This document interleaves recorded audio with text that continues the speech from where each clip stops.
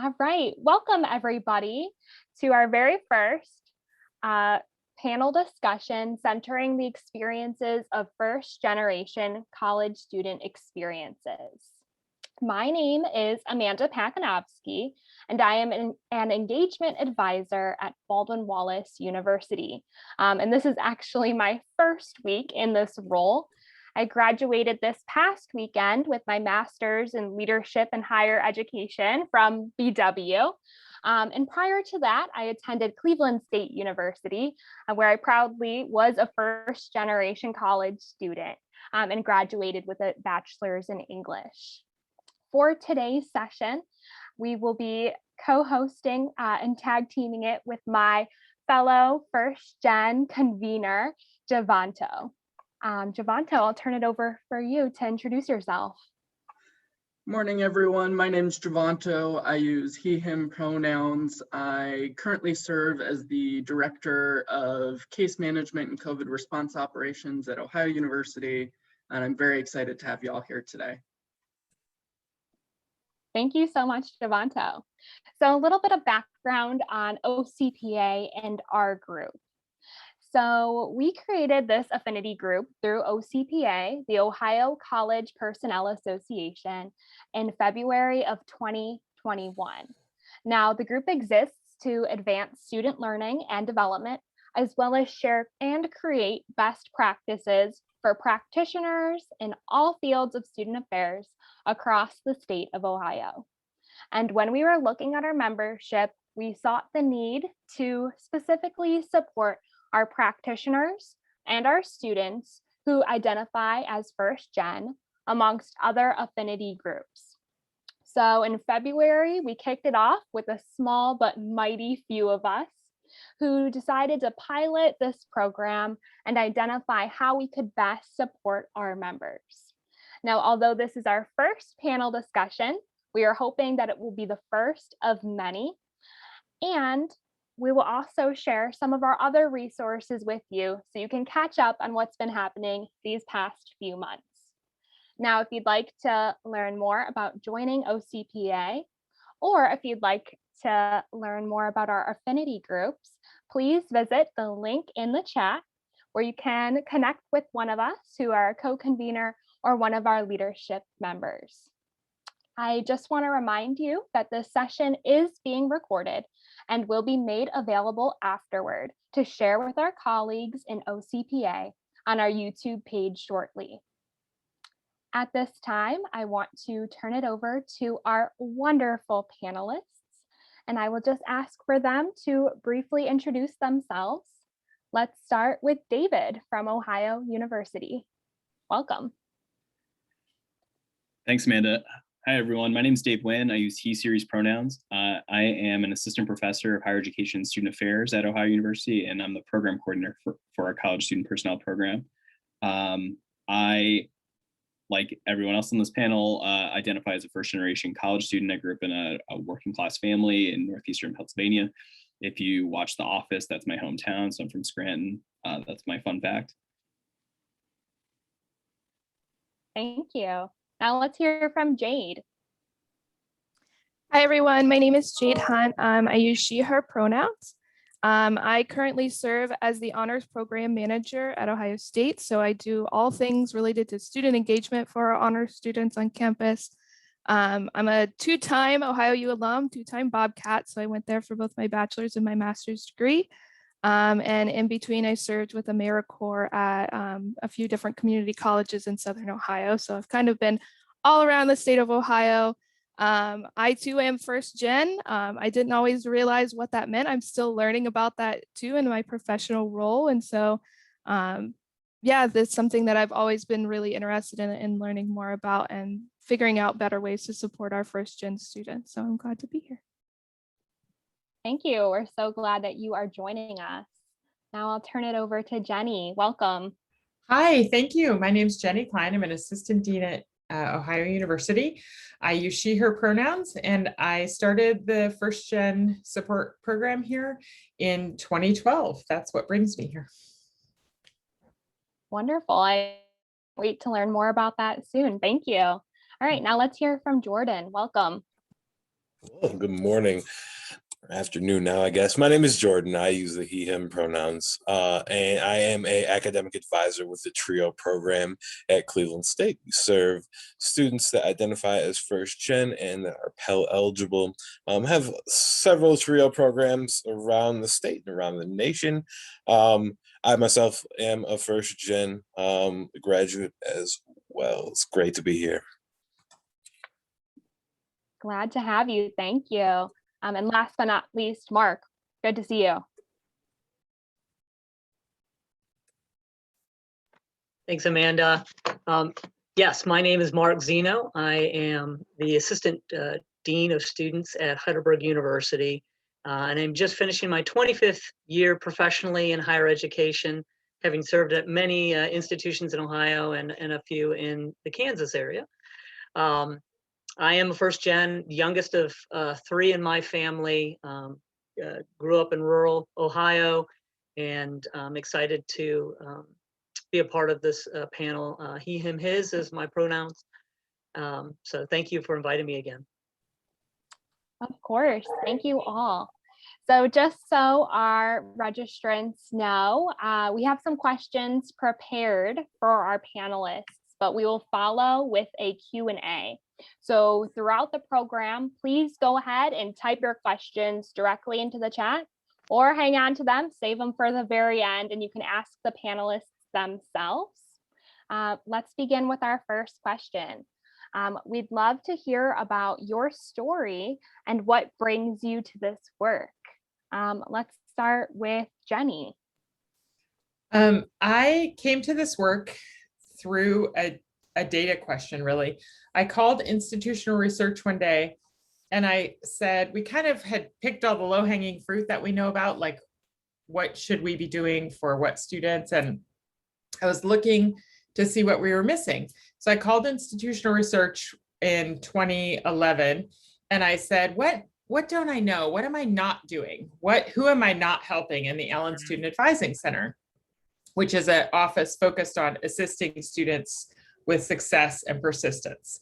And she said, well, you're not doing anything for first gen students. And I said, tell me more. I didn't, and she kind of said it like an accusatory, like, well, you're not, yeah, I was like, whoa, what did I do? And she said, we have 2 years of data that shows there's a persistence gap between first gen students. And then we didn't have the language. So what she said was other students. And I was like, what kind of persistence gap? Well, 1 year of data that we had, there was a persistence gap of 8%. So from freshman to sophomore year, 8% fewer of first gen students came back than other students. And then the next year it was 9%, there was a persistence gap. And so I immediately went to the library and met with my subject matter librarian. And I said, I need to learn all the things. And that's where I learned for the first couple of conversations, it was super clunky and difficult and distressing because we didn't have the right language. And so I learned through the literature that non-first gen students are continuing gen students. That's the language we developed or adapted here at Ohio University. And then I learned all about what the struggles of first gen students are from a student development perspective. And that's how we developed our program. So that's what brought me to this work, is seeing a need and working to address it. I love that. I think that's often how these sorts of programs come out of the woodwork. And it's so important to look at that data and then make those decisions to properly support and uplift our students. All right, now I'd love to take the same question over to Mark. What brings you to this work? What's your story? How much time do we have? We can talk about that. Yeah, I was kind of blessed to be brought into higher education as a student athlete. That was my opportunity to come. I had planned to go to Tech at the time, Terra Community, full time to be a drafter, and being athletically capable, I was recruited into Russell for Heidelberg, and that I decided to change that route of going to the associate degree to a full-time because no one in my family had gone to college. and I thought that would be exciting. I quickly learned that college was a very different world to navigate. I didn't quite know who to talk to about questions I had. My parents obviously didn't go. My siblings, my older siblings had not gone. So for me, coming into the collegiate world as a first gen was very scary. And I think that's very similar with all of our first gen students, just struggling to make a connection, even with our continuing students is connecting. And so lucky I quickly found some mentors at the institution that I felt comfortable asking questions to, and they've helped guide me through that time. So in my role currently at the institution, I tend to work very much with our first year communities in our first year halls, which is wonderful. We do offer a lot of our first gen programmatic initiatives to connect them through our first year experience. And we talk a lot about the stumble stones that are out there that they could fall within, and that's really kind of brings my experience to light with them, is that it is completely possible for them to be successful as a first gen. And I do tell them my story of coming in as not knowing what to do and then finishing with my PhD this summer. And so it is possible for them to finish. Yeah, thank you. So I think having that opportunity to share to them that it's okay to be here, it's okay to fail. That's all a part of that learning opportunity. Well said. Thank you for sharing your story with us. And that really resonates with me, to tell our students that they matter, that they belong here. And we'll get to that feeling of connectivity later on in the program. Now I'll turn it over to Jordan. What's your story? What brings you to this work? Yeah, certainly. Well, again, I think as all of us on here, I'm also first gen, coming from a working class family. I'm originally from Wisconsin, so both my parents, worked in kind of blue collar fields, and this wasn't, they wanted to see me in their mind. College, was a way to a better future. So I was fortunate on my end to have supportive parents, even though they didn't know what it took to get there. They knew it was something that I needed to do, and I feel like a lot of students, especially first gen students, kind of hear that. Now I went into education and did Teach for America, actually, in Washington D.C. I taught kindergarten and second grade, and just seeing some of the things that my students had been exposed to, and some things that they hadn't been exposed to. And really from that kindergarten age, just really pushing college to students and just knowing it's a possibility. I met my wife in DC, and she's originally from the Cleveland area, so we moved here. And when I came back, when we came to Cleveland, I started working for after school programs with the 8th, 9th, 10th, 11th grades. So they were kind of in that mode of putting college in your mind. And then I was fortunate enough to work with a pre-collegiate TRIO program. So again, TRIO's been around for ages. If you've not heard of TRIO, again, we work with first gen and Pell eligible students since the 1960s during the civil rights civil rights acts that were passed. It was kind of came the creation of these programs. So there's a pre-college program called Educational Talent Search. We work with getting those students into college, work with the application process, filling out financial aid, and trying to have them navigate all that and the challenges that come with that, especially for students that don't have parents that have went to college. So I appreciated my experience there, but I saw students getting into college, going their first year, and then not being able to persist into that second year. So I was fortunate enough to have an opportunity to work at Cleveland State. So I could again work with a lot of those students that I worked with in the Cleveland high schools that have came and really help them find the resources that they needed, everything that they need, not only to get into school, but to complete their degree.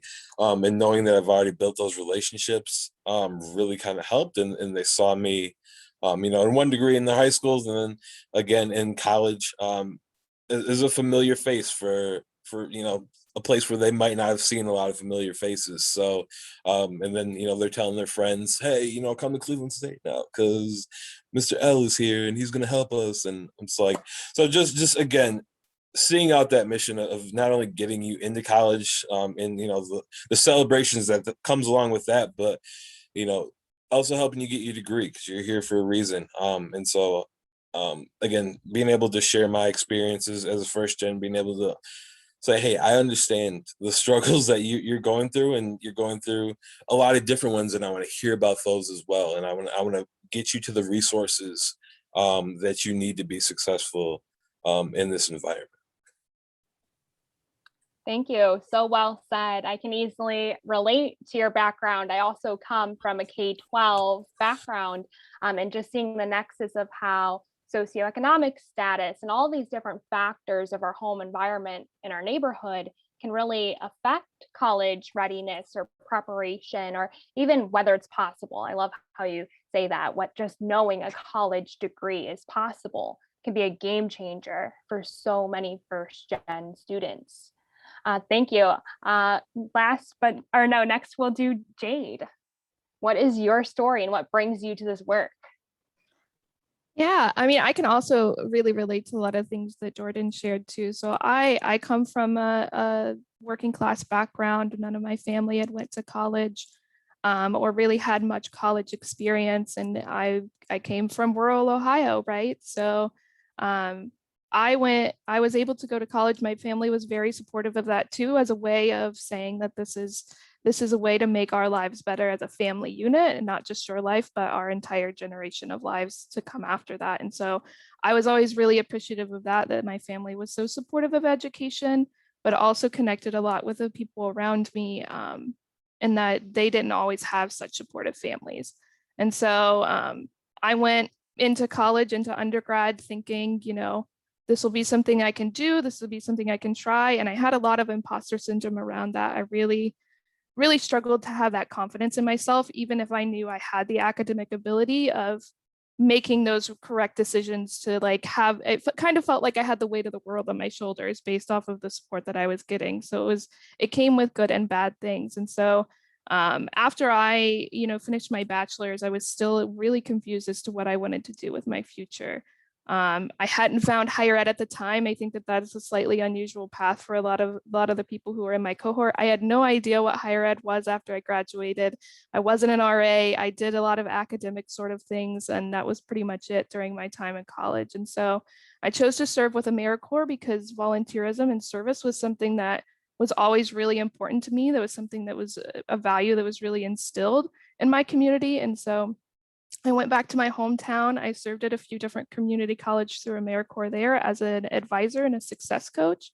And I think that's where, my higher ed fire was really lit, because I really, really connected with a lot of those students being from a similar area. We had so many similar backgrounds and identities and connections, from being first gen and being low income and, being in a rural population and having all of those similar experiences.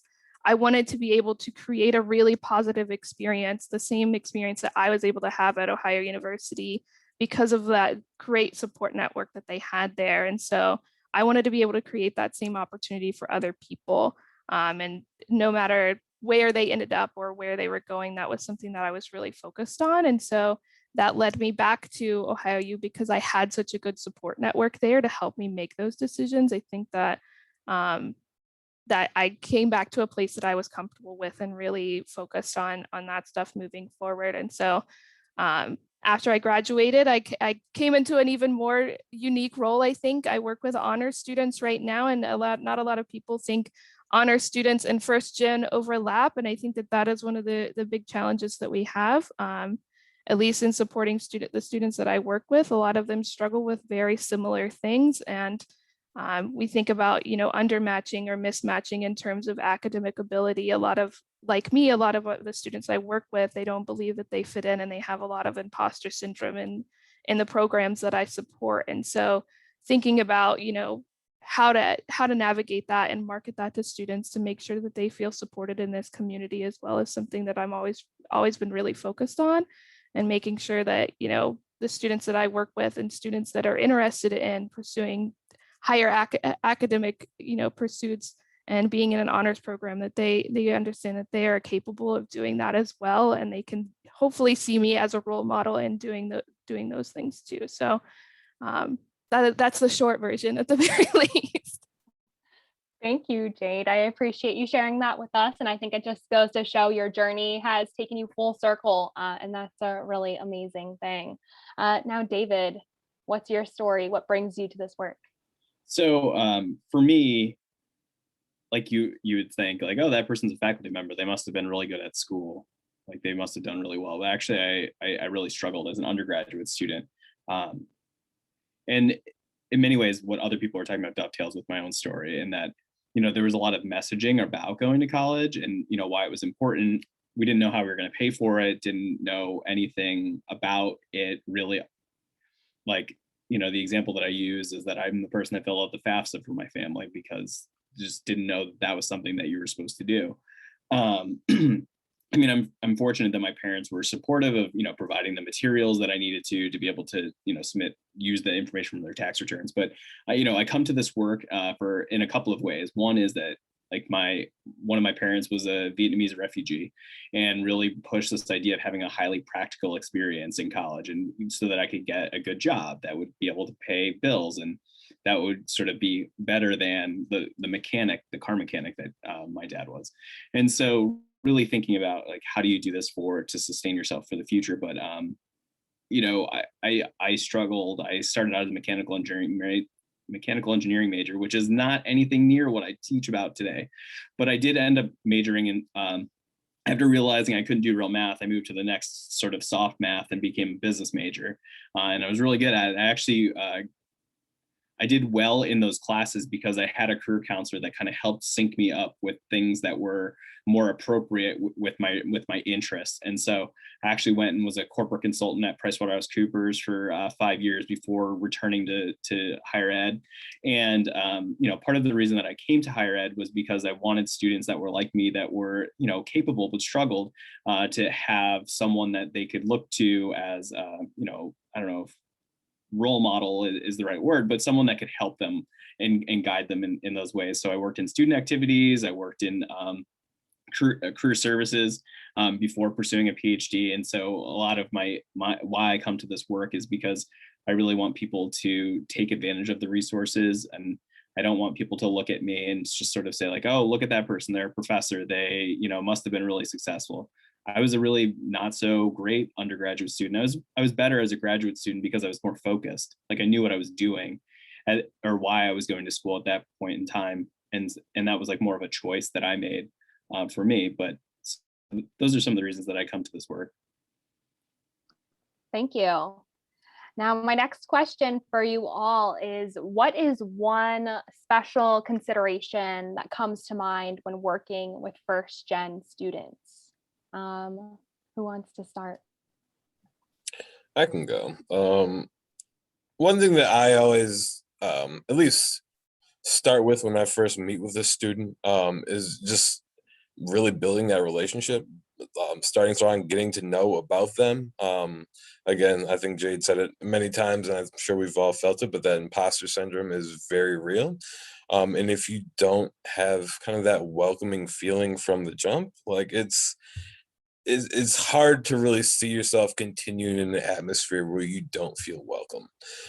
So I try, to just build that relationship from the start, getting to know about the students, getting to know about their families, getting to know every little thing that I possibly can.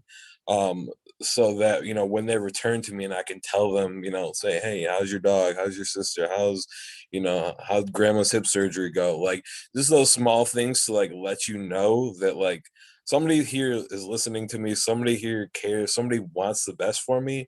That goes a long way. And then just again finding through that conversation, just kind of finding where the areas of support are for that student. A lot of us said we had supporting parents. We know from first generation students, that's not always the case.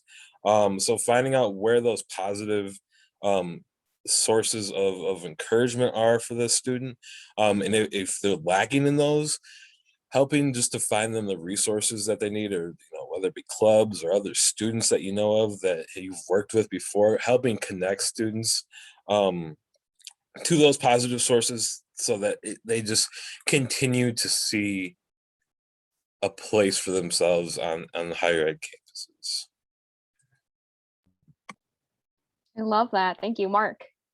Yeah, I kind of take a similar approach that Jordan does, and I work in the conduct field too. So a lot of times when I see a first gen student coming through the door, they're scared. Like most students tend to be scared coming in for a conduct meeting. But I take the same approach with them. I don't even really talk about the behavioral of the conduct stuff until way later in our conversation, after I'm getting to know who they are, why they're here, what they're involved in, just getting to know their life story, and sharing some of those ideas with them about what it means to be a college student, and then kind of getting into the conduct stuff. But a lot of it is asking the why. How does this stuff help you to develop, and where do you think your struggles are?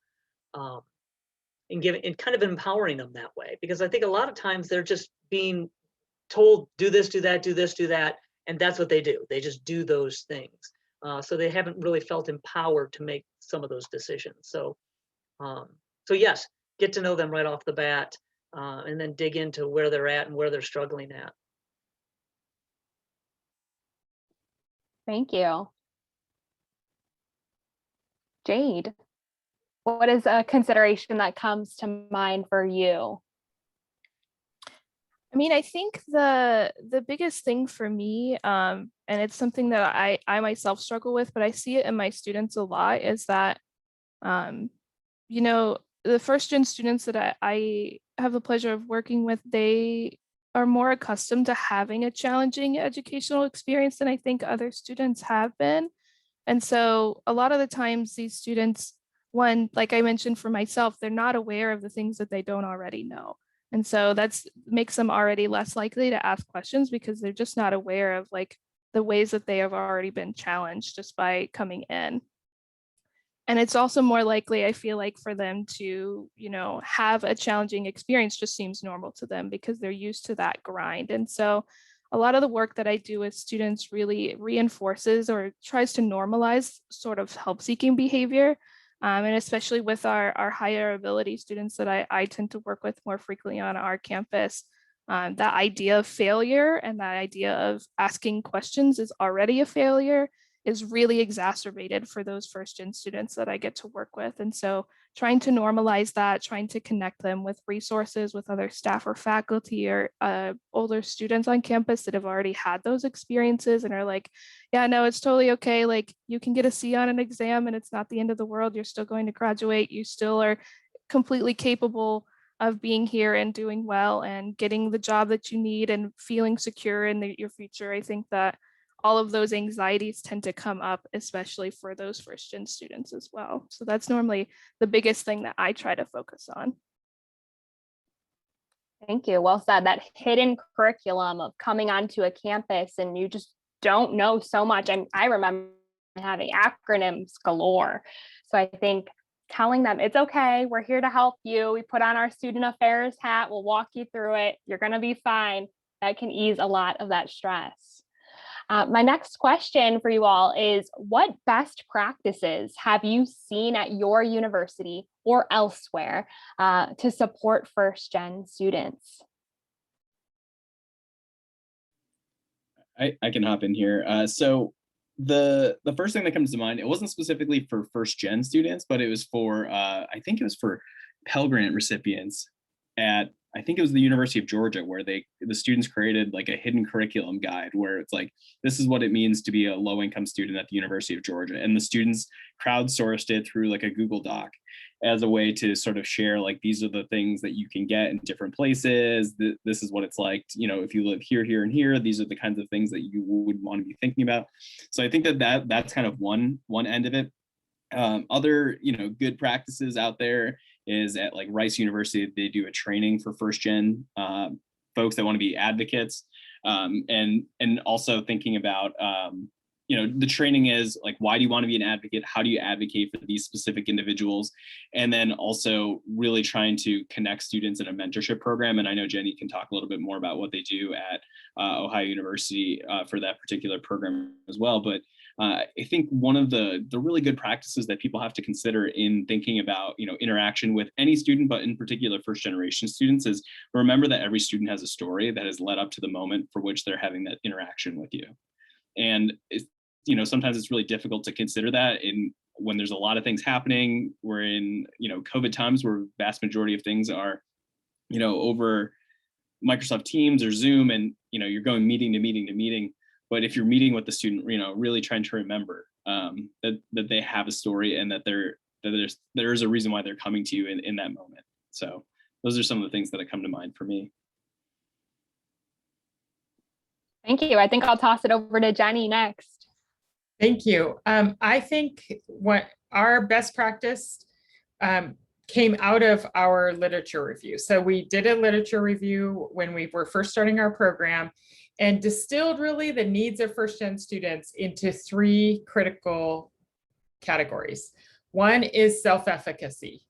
You've talked about that, the sense of knowing and believing that you can do well here. The second category is college knowledge. You talked about that in terms of what's a credit hour, what's a bursar, acronyms, things like that.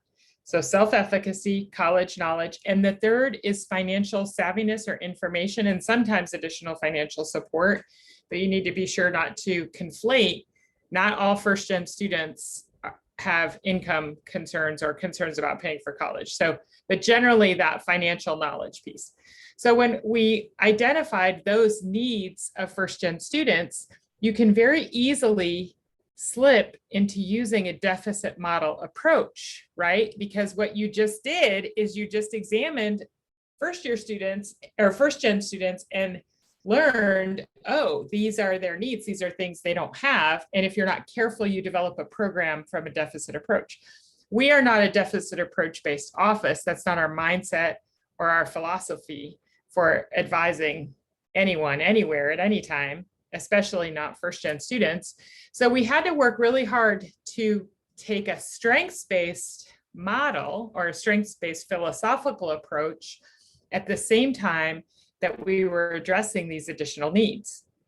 To do that, I think our biggest mindset shift was just to make sure that when we talk to first-gen students about what their experiences were, we always start with the positive. What's gone well for you?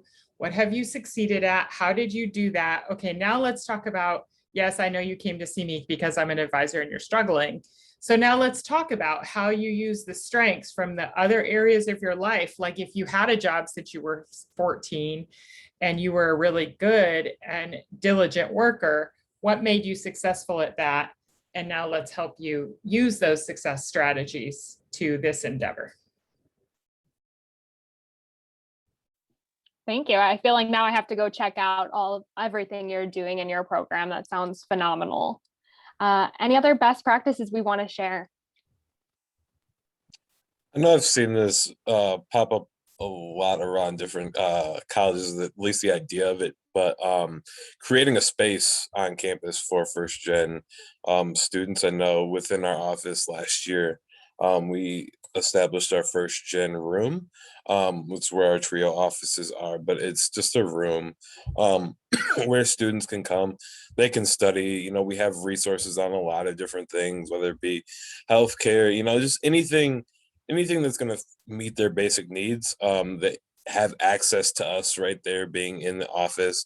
They have access to other, first gen students. We have computers in there so they can, get their work done. But just a place where they feel comfortable in their own place on campus. We've also held events there, meet and greets with other first gen faculty, staff, so they can understand. And again, I think that story aspect is really important. So they have the chance to share their stories with their and realize that they aren't alone, and have a community of people that share kind of their similar experiences on campus. So.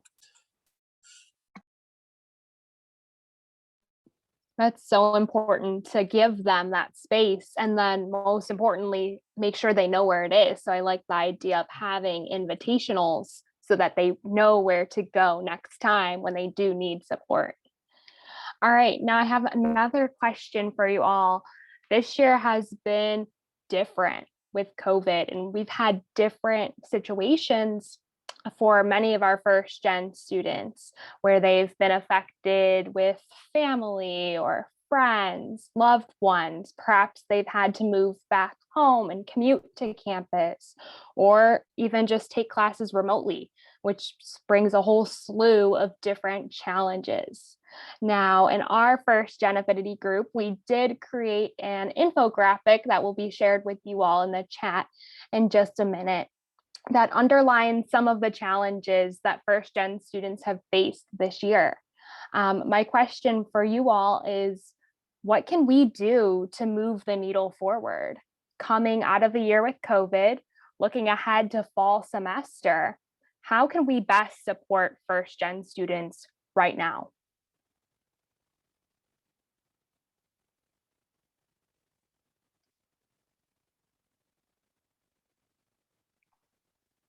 Mark, go ahead.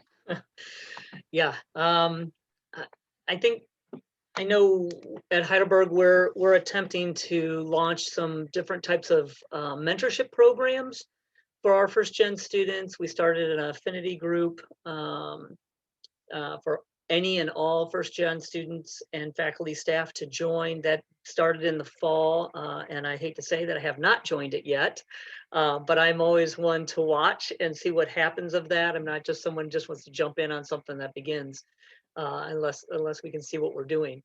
But the mentorship piece of that seems to me been very successful, connecting our seniors with incoming first year students. And that goes for all first year students, not just first gen.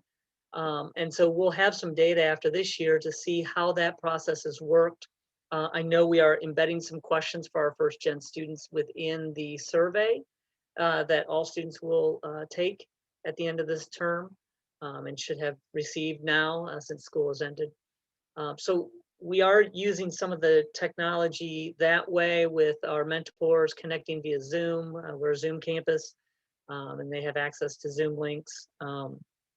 So we're doing some things that way. I know that both our financial aid admissions team and our registrar team have been very adamant about connecting with families over the summer via Zoom and actually doing visits for those who don't have access to technology. So we're small enough that we can do that, especially with a lot of our students coming from Ohio. We have folks that are willing to travel. We're also tapping into our alumni network, which has been an interesting process, and getting them to visit with some of our students that are newly admitted within their own area. So if they're out of state, we're connecting them with an alumni in the area to help them with questions they might have, and getting them better prepared. So we have switched a lot of that to our online module to make that happen. All great things. Thank you. I love that piece of mentorship, and then the additional layer of bringing in our alumni, who are our greatest resource to our graduates and to our soon to be graduates, because our work is so relational. So giving them someone else who they can talk to, who's been through what they have, speaks volumes. Anyone else? Has anyone seen similar micro grants or emergency grants or tech support at your universities or in your areas? This past year, we did a hotspot loan program at Ohio University and a laptop loan program. So anybody who needed a hotspot or a laptop, they just had to say, please help me, and we mailed them one. That really helped first-gen students, I think specifically, stay connected to the university. We also did a really intensive outreach program, and I have a PowerPoint that describes it that I'm dropping in your box, Javanto, to share with the group. But essentially, the intensive outreach was that in January, we identified all students who were not registered to attend spring semester, and we contacted 100% of our first-gen students, and they returned at a rate of 60% of the people who weren't registered. Then we called them on we either texted them or we Teams them, and 60% of these students returned. We still had some capacity left to do some work, so we began reaching out to continuing gen students. In the end, and what you'll see from the PowerPoint that I shared, is that 1,400 students were not registered for spring semester 2 weeks before it started. Within that intensive, where every student got 2 outreaches, text and Teams, with that intensive work, we reached out to 700 of the 1,400 students, and they returned like first-gen students at a rate of 60%. The students who we did not reach out to returned at a rate of 40%. What this tells me is that first-gen students and continuing gen students, but specifically first-gen students, need intensive outreach to stay connected, especially during COVID times. I think one thing that I've seen Cleveland State do is really find the resources that are needed to bring support to our counseling services and mental health counseling services for students. That's become one of the questions that's always in my advising sessions whenever I start is, how's your mental health today? But the really knowing that this pandemic has taken affect a lot of people, some in good ways, some in bad ways, but just kind of getting a check-in and having those resources necessary, because again, if your mind's not there and you're thinking about other things and how you've been affected, then you're not going to do well in the classroom. So I applaud those efforts, but I think we're also getting into a point where we're just surveying our students, seeing what they liked and what they didn't like, because there are some positives that came out of the situation. So how can we adjust our services to make sure that we're meeting the needs of all of our students, instead of just transitioning right back into all in-person stuff when we go back on campus? Like, how many of you need, our virtual events? How many of you need or would prefer us to meet via Zoom if you need to? So just trying to use this experience to better the services that we provide. And again, sometimes, it's not always within our, not always within our capacity to do, because the university is telling us what we need to do, but where we can, and then making sure that the university hears the voices of those students, so if they need something, that their voices are heard. Thank you. I think you all touched upon what this year has looked like, but also what fall may look like, and how it's not going to be a quick switch and we're back to normal or whatever that was. We're going to have to continue to meet these students where they're at, whether they're on campus, remote, hybrid, you name it. My final question for you all is, if someone is interested in learning more about first-gen college student experiences, where would you advise them to go?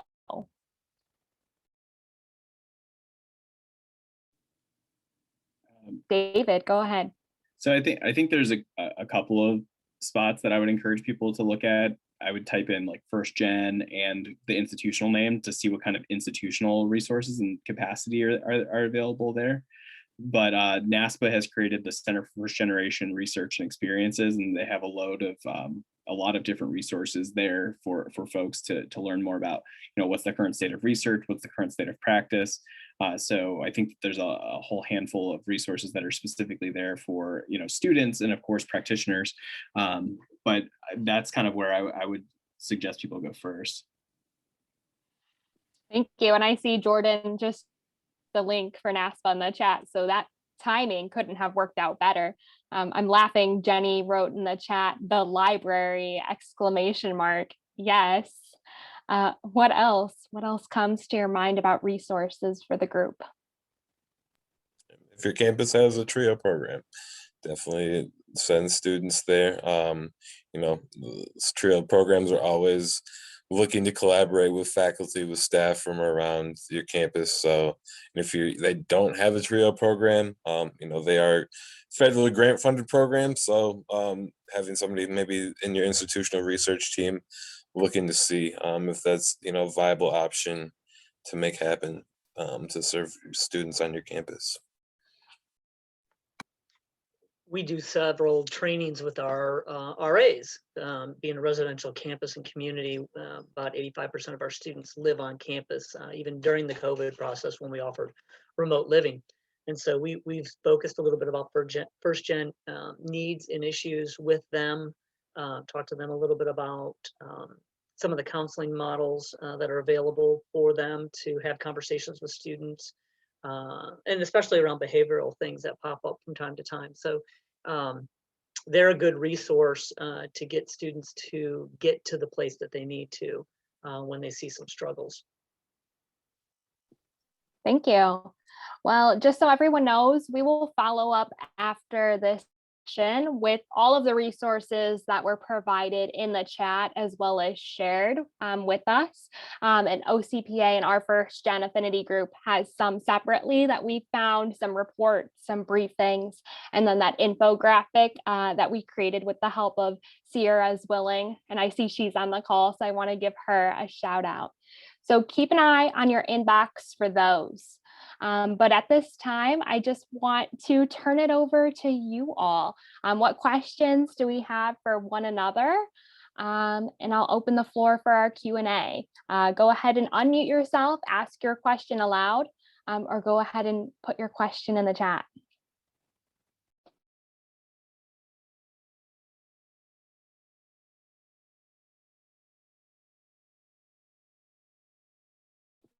And don't be shy. So I have a question. Thanks everyone for all the information. I think this is great and so needed in the work that we do with these students. My question kind of relates just to the parents and families. So what's some ways that you all work with, or maybe some advice you typically give to the parents and families of first generation students to support their students as well?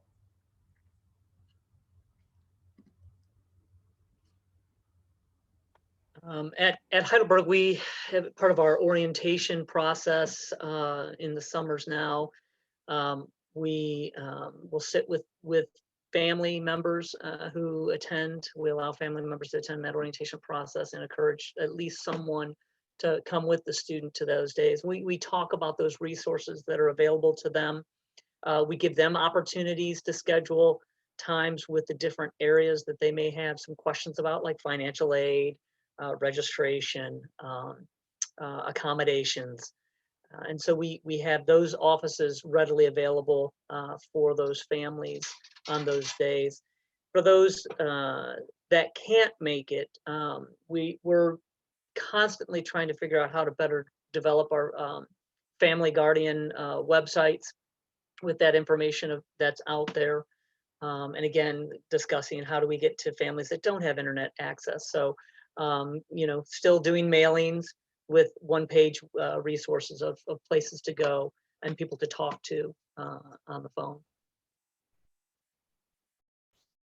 At Ohio University, we have a program at orientation that is designed for first generation parents and families to learn more about what the college experience will be like for their student.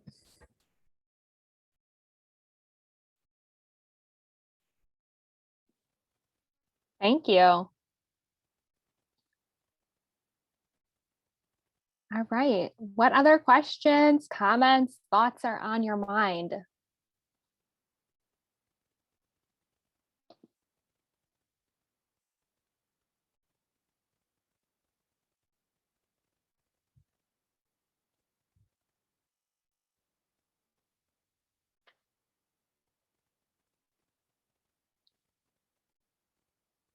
I think as we look at time here, I have one. What advice would you give to first gen practitioners working in student affairs who may be battling imposter syndrome, right? Who now have their degree and now they're still wondering if they're cut out for this work. What advice would you give?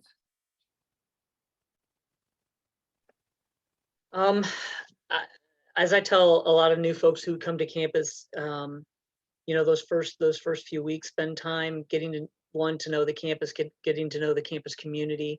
Look at the directory. Hopefully the directory is updated and you can reach out to some of those folks within your division. I know within student affairs, we're very good about having a orientation for that person where we walk them through every building, meet all the different departments, get them at least familiar with what's happening on campus, and then giving them an opportunity to see if there's other needs that they may have on campus as well as at home and within the community. So we do that with our own faculty, staff, and new employees that we hire.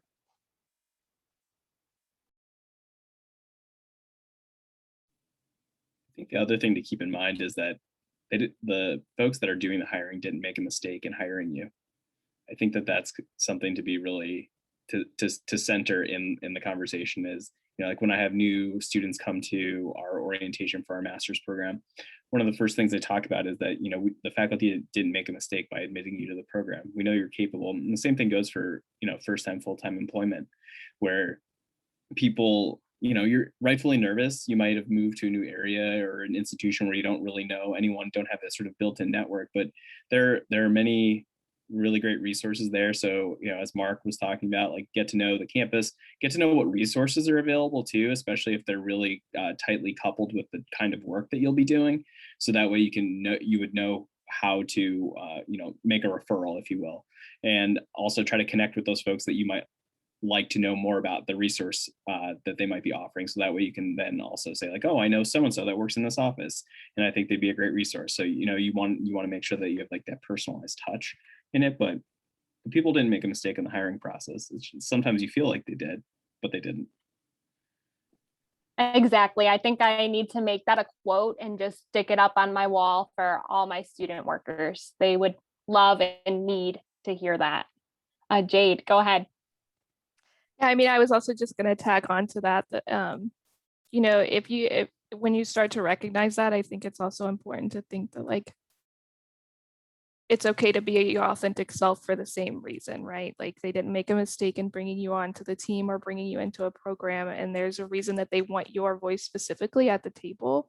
That's something I think I really struggled with for a while, both in grad school and in my first professional role, is making sure that my voice and my perspective and the experiences that I've had as a student were brought forward. And so making sure that you're sharing your authentic self in any situation that you can, and any situation that you're comfortable doing so, can be really, really important in helping not only you grow as a professional, but also your team grow to better support those students who are like you or identify like you in the future.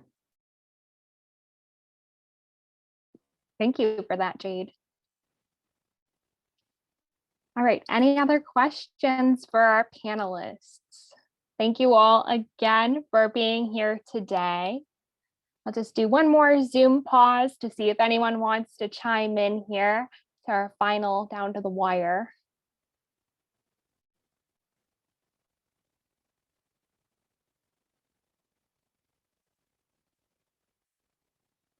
All right, well, could you please join me in extending a round of applause to all of our panelists today? Thank you so much for joining us for this conversation centering the experiences of first-generation college students. We will be following up shortly with the recording to this video, as well as all of the resources that we mentioned in the chat. And if you'd like any of the contact information of our panelists, please reach out. I'm sure they'd love to hear from you and continue any of these conversations well after this conversation. Once again, please check out OCPA and all of our other affinity groups. Learn more about getting involved and continuing to do this good work, this important work of moving the needle for all of our students, including first gen. Thank you. Take care and have a great rest of your day. Thanks for joining us again. Bye-bye.